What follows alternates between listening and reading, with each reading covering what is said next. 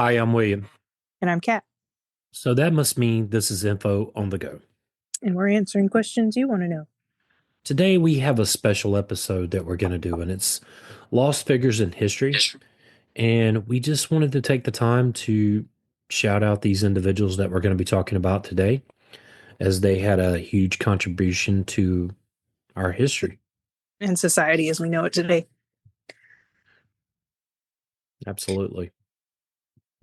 So, history is a tapestry woven with countless stories with many threads of achievements. These achievements can sometimes be overlooked or forgotten in history.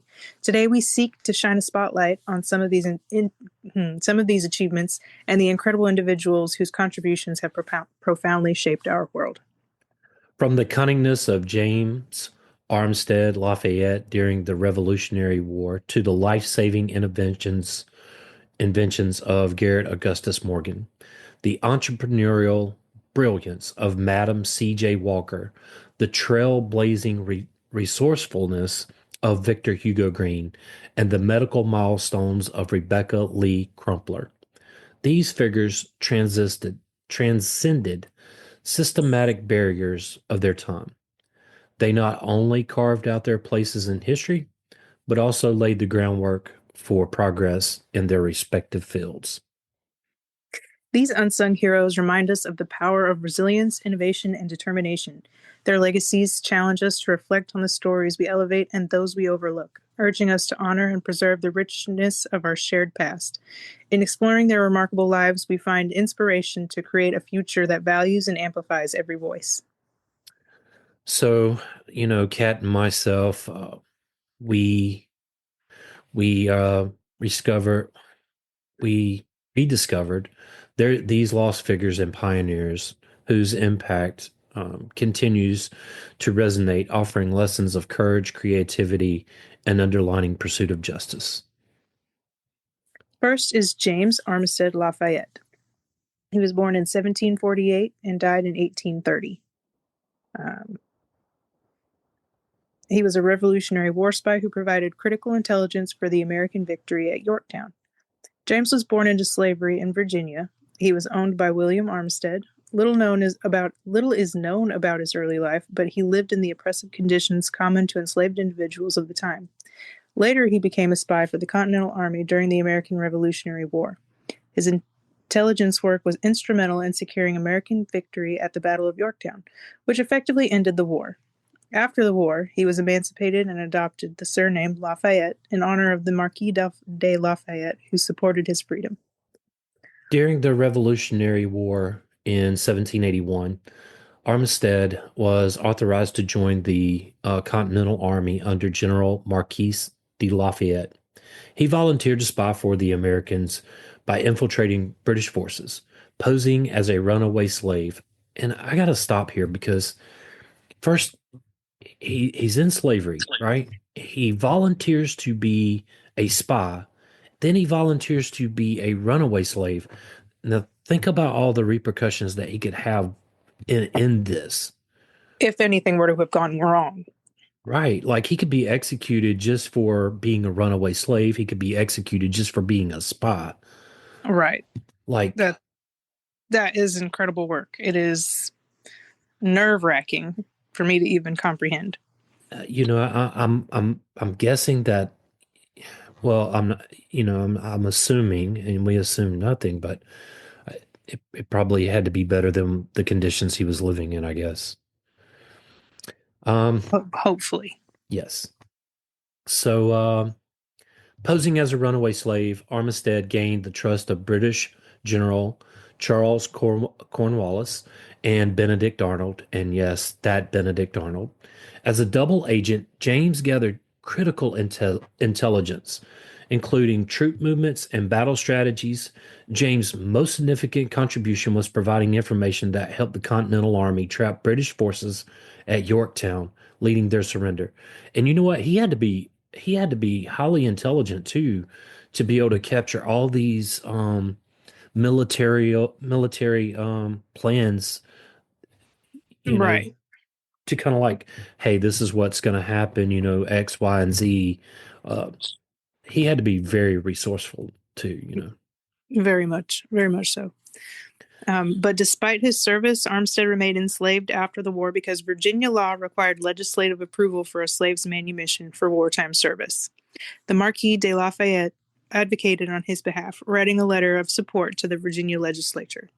In 1787, the legislature granted James Armistead his freedom, citing his extraordinary contributions to the war. After gaining his freedom, James adopted Lafayette as his last name to honor the Marquis.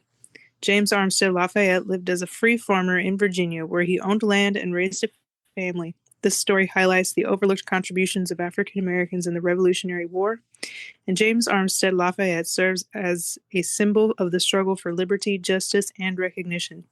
His legacy is commemorated through various historical counts, monuments, and educational programs. And I just want to say we salute you, James Armistead Lafayette.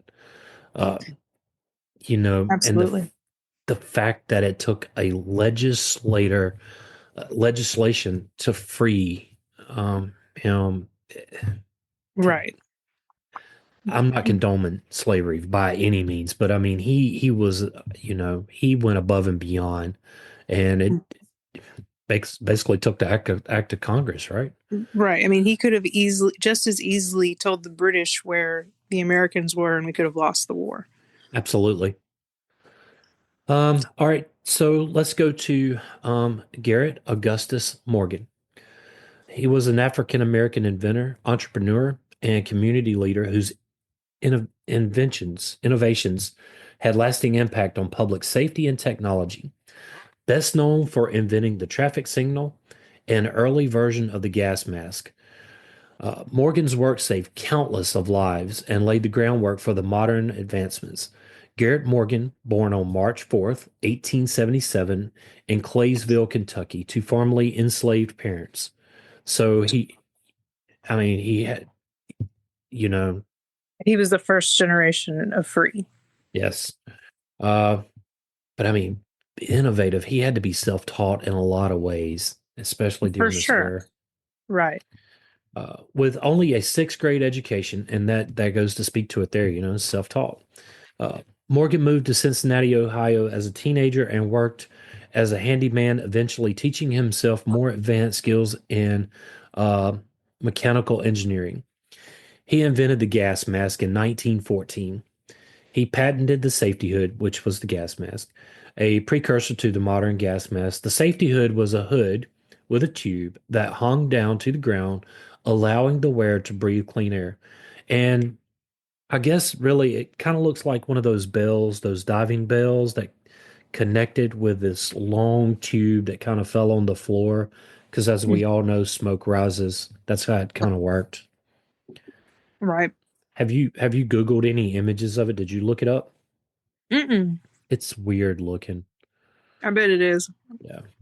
So I'll do that. yeah.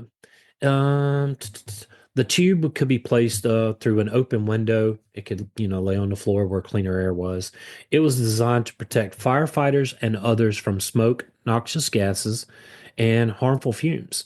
The gas mask gained national attention when Morgan himself used it to rescue workers trapped in a gas-filled tunnel during the 1916 Cleveland Waterworks explosion.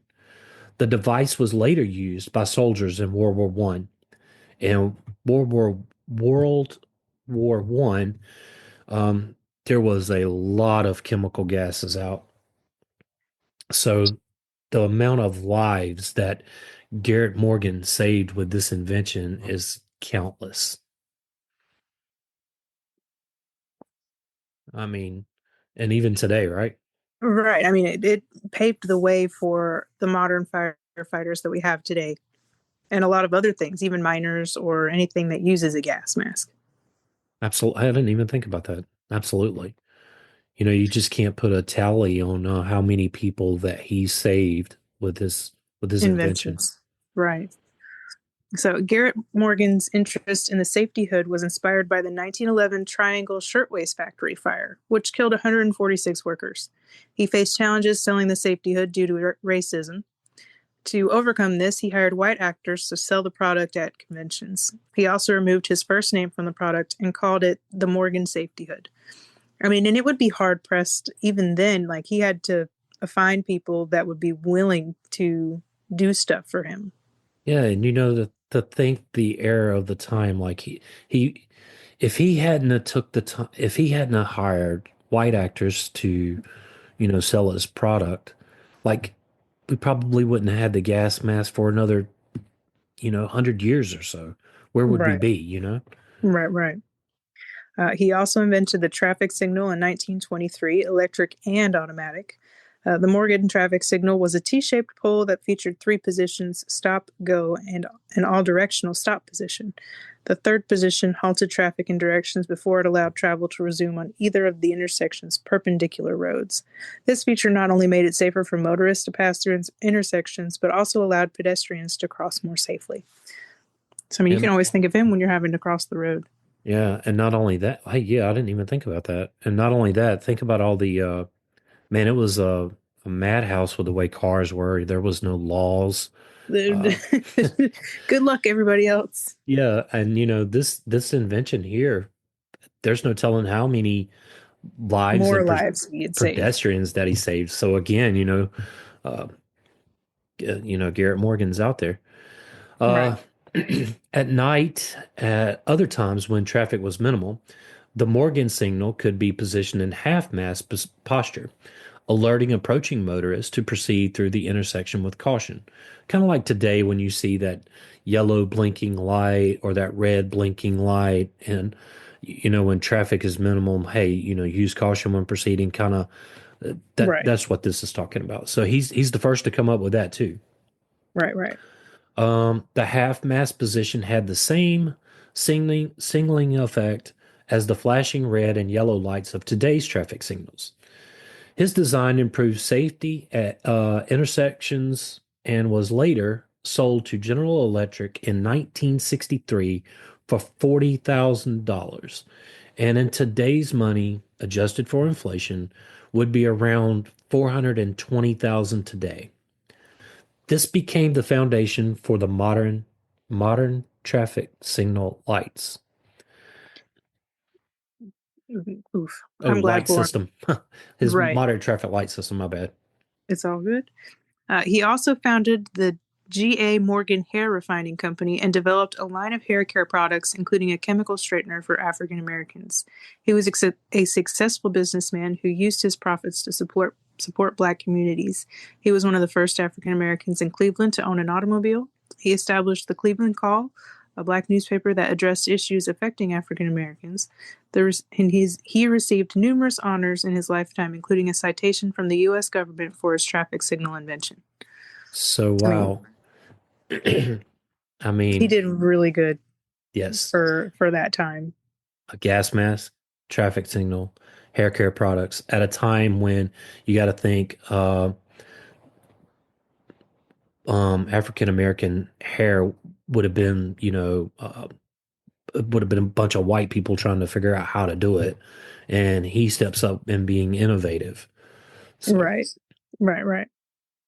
which is, we're going to kind of talk a little bit about African American hair here with Madam C.J. Walker.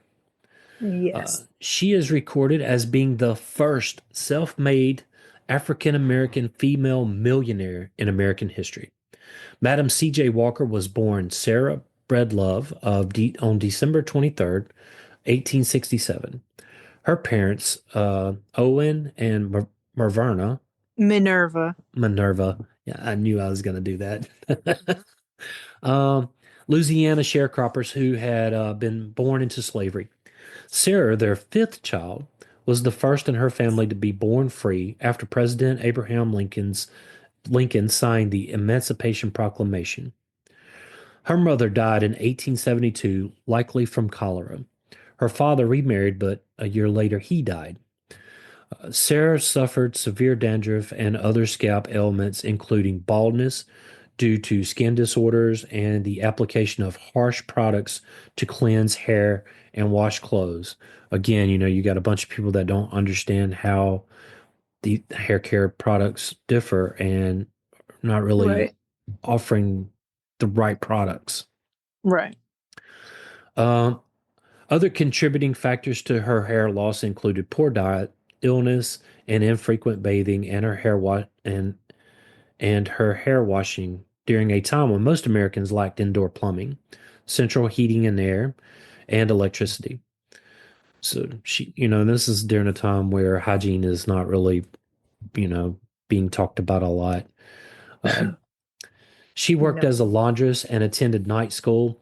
Around this time, she started to lose her hair and noticed that a lot of other black women had the same problem. Poor hygiene, diet, and scalp diseases like dandruff led to brittle hair and hair loss. Initially, Sarah learned about hair care from her brothers, who were barbers in St. Louis. Sarah was working as a commission agent selling products for Annie Turnbow Malone, an African American hair care entrepreneur and owner of the Porto Company. This is when Sarah started working on her own hair care product. The two had a falling out sometime around 1905 and 1906. Following her marriage to Charles Walker in 1906, Sarah became known as Madam C.J. Walker. She marketed herself as an independent hairdresser and retailer of cosmetic creams. Madame was adopted from women pioneers of the French beauty industry. Her husband, who was also her business partner, provided advice on advertising and promotion. She sold her products door to door, teaching other black women how to groom and style their hair. And that's a real girl's girl, too, trying to make sure everybody's winning. Absolutely. In 1910, Walker relocated her business to Indianapolis, where she established the headquarters for Madam C.J. Walker Manufacturing Company. She initially purchased a house and factory at 640 Northwest Street. Walker later built a factory, hair salon, and beauty school to train her sales agents. She added a laboratory to help with research.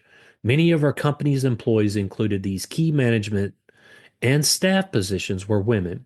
In addition to training in sales and grooming, Walker showed other black women how to budget and build their own business. She encouraged black women to become financially independent.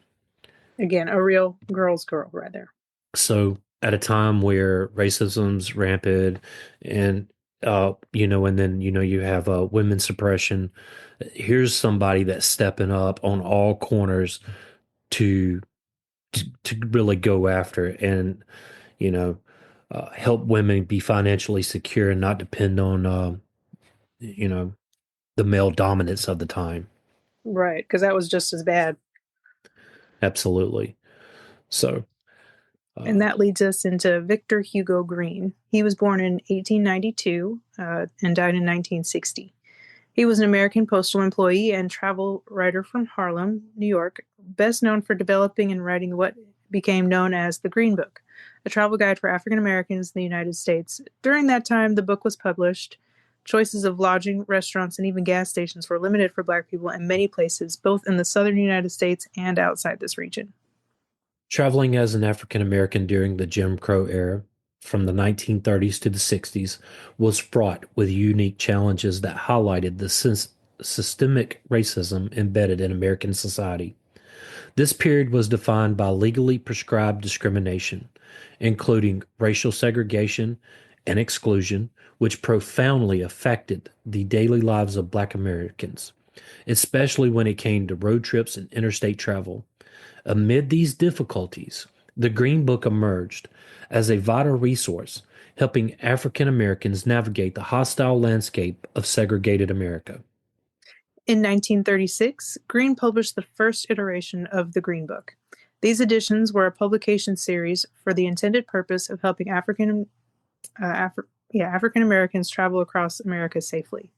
The guidebook featured thousands of businesses, either Black owned or that catered to African Americans during the Jim Crow era. The guide also allowed African American travelers to safely venture through discriminatory and segregated areas of the United States by avoiding potential harassment and violence from racist business owners or pedestrians isn't the right word I'm looking for.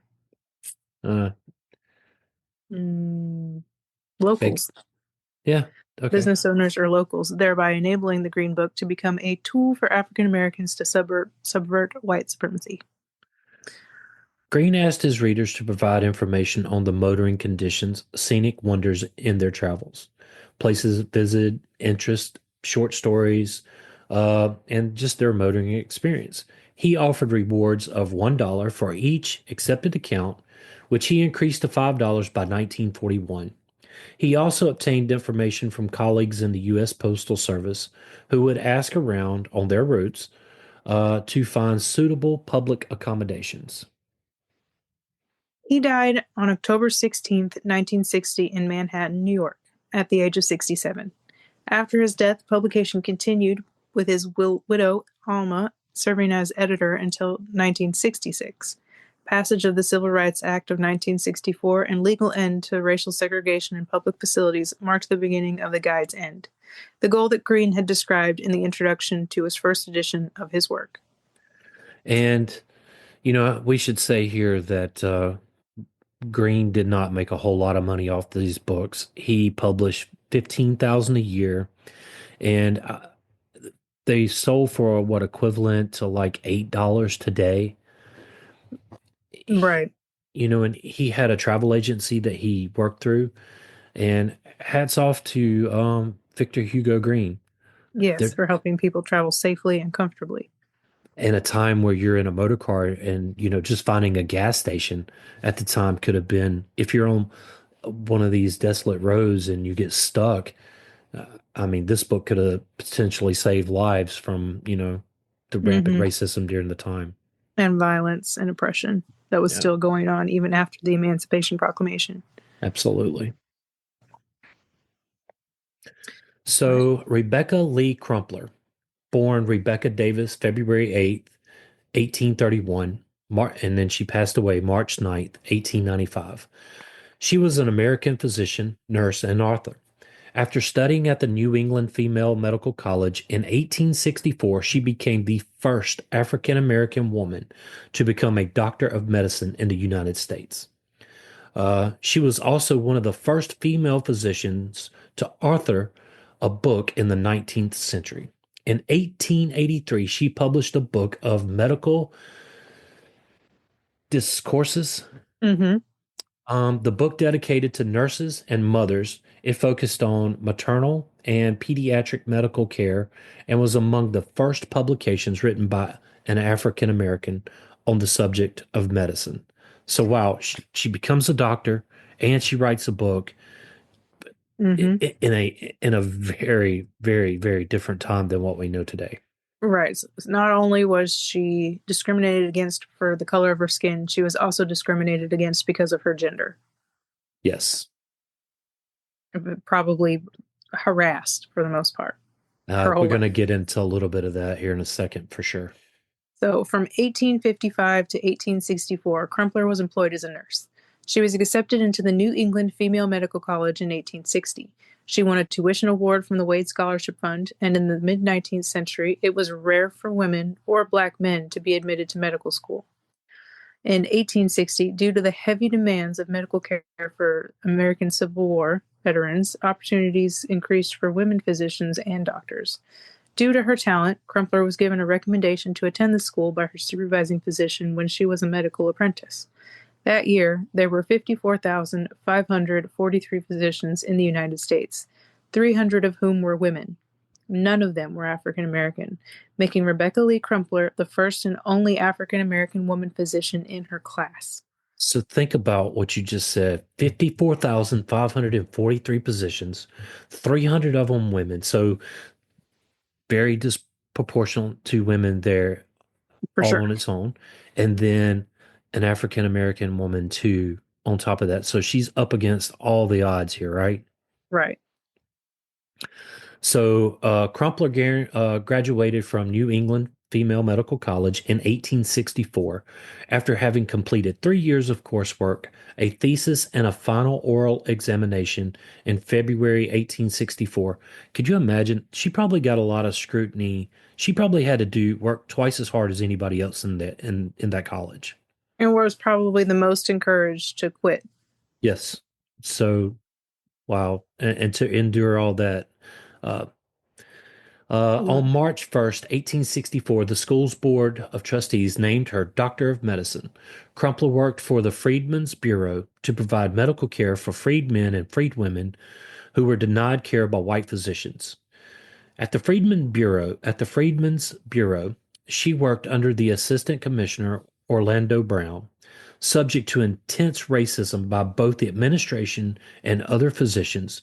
She had difficulty getting prescriptions filled and was ignored by male physicians. Somehow that's not surprising. Yeah. The Rebecca Lee Society, one of the first medical societies for African American women, was named in Crumpler's honor. Her home on Joyce Street is a stop on the Boston Women's Heritage Trail. The achievements of these remarkable African American figures serve as powerful reminders of resilience, integrity, Ingenuity. ingenuity, and determination that have defined their contributions to history. And one more thing about Rebecca Lee Crumpler, just an amazing woman to have endured so All of much. beat all the odds. Yeah, and you know, her book was, it was cited uh, during that time. It was revolutionary. Right.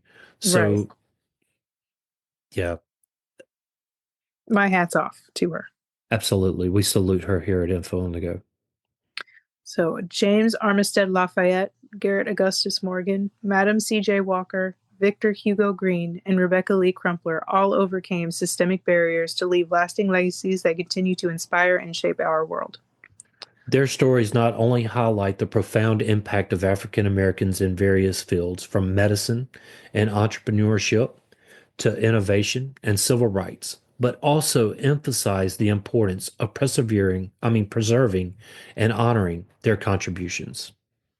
By remembering and sharing their histories, we ensure that their struggles and triumphs remain a vital part of the collective narrative, inspiring future generations to pursue excellence and justice. And we want to kind of explain something here. We wanted to make sure we highlighted figures that were lost in history. People that, you know, did you know about Rebecca Lee Crumpler before we did this episode? No, Or I didn't. I knew about Madam C.J. Walker, and that was it. I didn't know about the other four at all. I knew about Victor Hugo Green just because when we did our episode on Delaware, it kind of led us down to do one on Peter Spencer, which kind of led me into Green. But Right, I didn't really know about Green until then, and right. definitely didn't know about James Armistead Lafayette. Mm-mm. And amazing people in history that often get overlooked. Right, exactly. So, Kat and I want to thank you for listening. Like and follow us wherever you get your podcast. Leave us a review or send a text using the link in the show notes. Maybe you have a topic you want us to cover. Let us know. Till next time. Stay curious. And